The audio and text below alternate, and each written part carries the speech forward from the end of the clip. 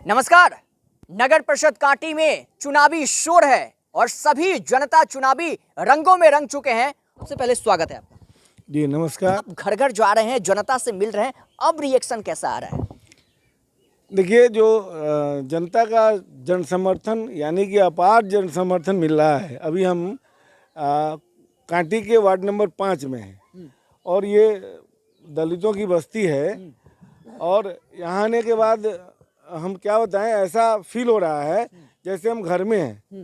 और यहाँ की जनता एकदम इतना मान सम्मान और ये उनको ये कहना है कि आप हर हाल में जीतेंगे और हम लोगों का पूरा समर्थन आपका रहेगा। इस बार आप उपसभापति में आएंगे ही आएंगे, कोई टक्कर किसी का आपसे है ही नहीं। अच्छा, जरा तस्वीर चारों तरफ का जरा दिखाइए कि किस प्रकार से देख सकते हैं आप कि ये ग्रामीण क्षेत्र है और यहाँ पे बहुत ऐसे ग्रामीण हैं जो समस्या से जूझ रहे हैं। हालांकि हर बार वो नए प्रत्याशी को मौका देते हैं, नए चेहरा को मौका देते हैं, लेकिन जैसे ही वो कुर्सी संभाल लेते हैं इन लोगों को भूल जाते हैं। लेकिन इनसे जानते हैं। अब ये बताइए सर कि इन लोगों की उम्मीद पे आप कितने खरे उतरेंगे? देखिए, मैंने पहले भी बोला था कि ये अब जनता के द्वारा सीधे सभापति और उपसभापति का चुनाव हो रहा है। पहले था कि वार्ड कमिश्नर के द्वारा चुना जाता था, अब डायरेक्ट सभापति और उपसभापति का चुनाव जनता के हाथ में है। आपको काम करना ही पड़ेगा। काम नहीं करेंगे 5 साल बाद जनता आपको ठोकर मार करके बाहर करेगी। इसलिए हर हाल में काम करना पड़ेगा और मैं वादा करता हूं कि काम करूंगा, नहीं करूंगा अगले साल में चुनाव नहीं लड़ूंगा। अच्छा, ये बताइए कि यहाँ की भोली भाली जनता जो है आपको अब की बार मौका क्यों दे, वोटिंग क्यों करे? बताया ना कि पहली बार जनता के द्वारा सभापति और उपसभापति का चुनाव हो रहा है। जनता के दिल में ये है कि हम अच्छे लोगों को सभापति या उपसभापति का चुनाव करेंगे और इस क्रम में जितने भी उम्मीदवार हैं उपसभापति में सब लोग ये चर्चा का विषय है। सब लोग कहते हैं कि जो जितने भी उम्मीदवार हैं सबसे अच्छे अजय कुमार गुप्ता हैं, क्योंकि इनका अपना एक सिस्टम है चलने का और ना हम झूठ बोलते हैं, ना हमारे ऊपर अभी तक किसी तरह का कोई दाग लगा है। हम कहीं भी किसी भी रूप में कोई भी व्यक्ति अगर हमसे मिले हैं, मैंने उनका मान सम्मान का पूरा ख्याल रखा है। इसलिए ये लोगों के बीच में एक चर्चा का विषय है कि अजय एक अच्छे लोग हैं, इनको एक मौका मिलना चाहिए। सीधी सी बात है कि जनता, देखिए हम प्रतिनिधि अपने पॉकेट से कुछ करते नहीं हैं, करेंगे भी नहीं, लेकिन इतना करेंगे कि जो भी योजनाएं सरकार की आती है जनता के लिए वो धरातल पर जमीन पे आना चाहिए।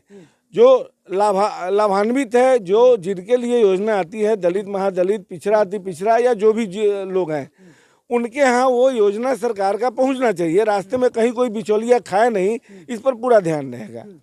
दूसरी बात कि जनता को क्या चाहिए, मान सम्मान और प्यार, समझे कि नहीं? मान सम्मान और प्यार, पीपल के पत्ता छाप 2 नंबर। मान सम्मान और प्यार जो हम देने का प्रयास करेंगे और देते रहे हैं और भविष्य में भी देंगे। और क्या है आपकी चुनावी वादे, क्या है चुनावी मुद्दा? काउंटडाउन शुरू है, समय बहुत ही नजदीक आते जा रहा है, ऐसे में दिल की धड़कन आपकी भी तेज हो गई होगी? हाँ, दिल की धड़कन कोई तेज नहीं है। हम निश्चिंत हैं, अस्वस्थ हैं, हम चुनाव जीतेंगे। जैसा कि हमको जनता का प्यार और सम्मान मिल रहा है, कहीं कोई रुकावट नहीं है, एकदम पूरा जनता का आशीर्वाद मुझे प्राप्त है। और रही बात वादे का, मैं वादा नहीं करता, मैं करके दिखाता हूँ। मैंने पहले भी बोला था, मैं कोई वादा नहीं करता हूँ, करके दिखाता हूँ। नहीं करूँगा 5 साल बाद नहीं आऊँगा, ऐसा वादा? बस ऐसा ही वादा है। हम पहले भी बोले हैं कि अगर नहीं करेंगे अगले 5 साल बाद हम चुनावी समर में नहीं आएंगे। अच्छा, उपसभा में देखा जाए तो ऐसे बहुत सारे कैंडिडेट चुनावी मैदान में हैं जो ताल ठोक रहे हैं, दावे कर रहे हैं, वादे कर रहे हैं। उन दावों को कैसे देखते हैं और अपने आप को उन दावों के बीच में कैसे देखते हैं? जनता, हम नहीं देख रहे हैं, जनता देख रही है। अच्छा, जो लोग वादे कर रहे हैं उनके वादों में कितना दम है जनता सब समझ रही है। किनका दावा किनका वादा झूठा है और किनका वादा सच्चा है। देखिए, सीधी सी बात है, हम जैसे होंगे ना, हमारी नीयत भी वैसे ही होगी, हमारी बोल भी वैसे ही होगी।